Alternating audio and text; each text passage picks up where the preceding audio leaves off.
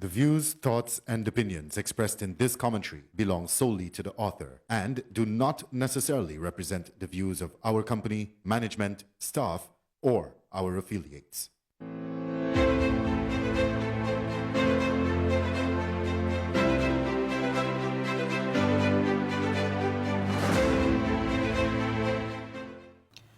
In my last commentary, I offered analysis that showed that, at this juncture, widely knocking around the term oil-rich Guyana can be misleading in context relating to recurrent expenditure on exponential growth of wages, more specifically teachers.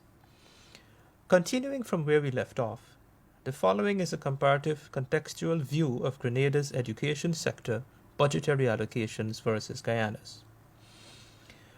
Guyana's education budget is 6 times the size of what obtains in Grenada, while Guyana's total number of teachers is 8 times Grenada's. Guyana's education budget represents 87% of Grenada's total national budget.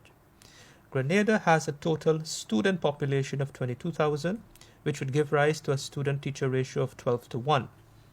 Guyana has about 180,000 students, which would give rise to a ratio of 13:1. 79% of Grenada's education budget is allocated towards recurrent expenditure and 21% towards capital expenditure, whereas in Guyana, 67% of the education budget is allocated towards recurrent expenditure and 33% towards capital expenditure. And Guyana's budget for teachers' wages and salaries is US $192 million, which is 2.15 times the size of Grenada's entire budget for the education sector. Simply put, teachers in Grenada apparently earn a higher average salary than their Guyanese counterparts because the teaching service workforce population is 8 times smaller than Guyana, with a budget that is 6 times smaller than what obtains in Guyana. Most notably, the Grenadian government is not investing in the education sector as heavily as in the case of Guyana, as demonstrated by the allocation of resources towards capital expenditure. This means that perhaps there is not much new infrastructure needed in Grenada's education sector. Therefore, there is more financial resources allocated towards wages and salaries, with of course a much smaller workforce. In Guyana, the situation is the inverse, whereby significant investments are needed in the physical, social, human, and technological infrastructure for the sector. For the sake of argument, it is not only that the current proposal by the GTU would not be feasible and practicable, they should also consider that with the adjustment for anomalies and across-the-board increases over the period 2020 to 2023, there is a higher base salary to start from going forward. There are cases whereby some categories of teacher salaries were adjusted upwards on the highest end of the salary scale. Even if the government was to consider the backdated proposal to be prudent, the increases would have to be considered based on the old lower base salaries for that period.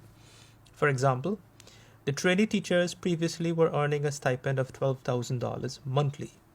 That category of teachers is now earning $90,000 monthly owing to the upward adjustments by the government in 2022-2023. So if the GTU is adamant to consider from 2019 to 2023, the increases that the GTU is requesting would have to be applied to the old base, which was $12,000, which would have taken it up to $35,156 for the year 2023, based on the annual increases that the GTU has put forward.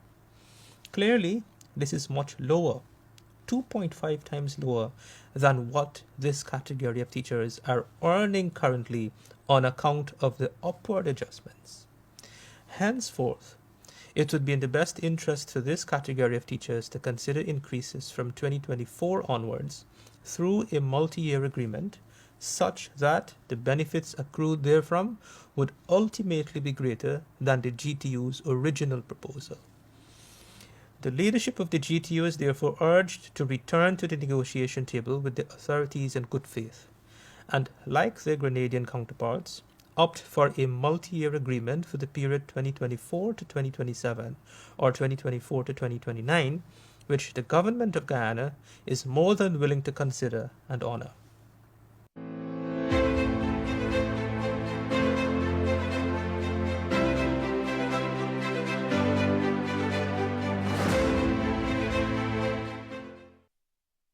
The views, thoughts, and opinions expressed in this commentary belong solely to the author and do not necessarily represent the views of our company, management, staff, or our affiliates.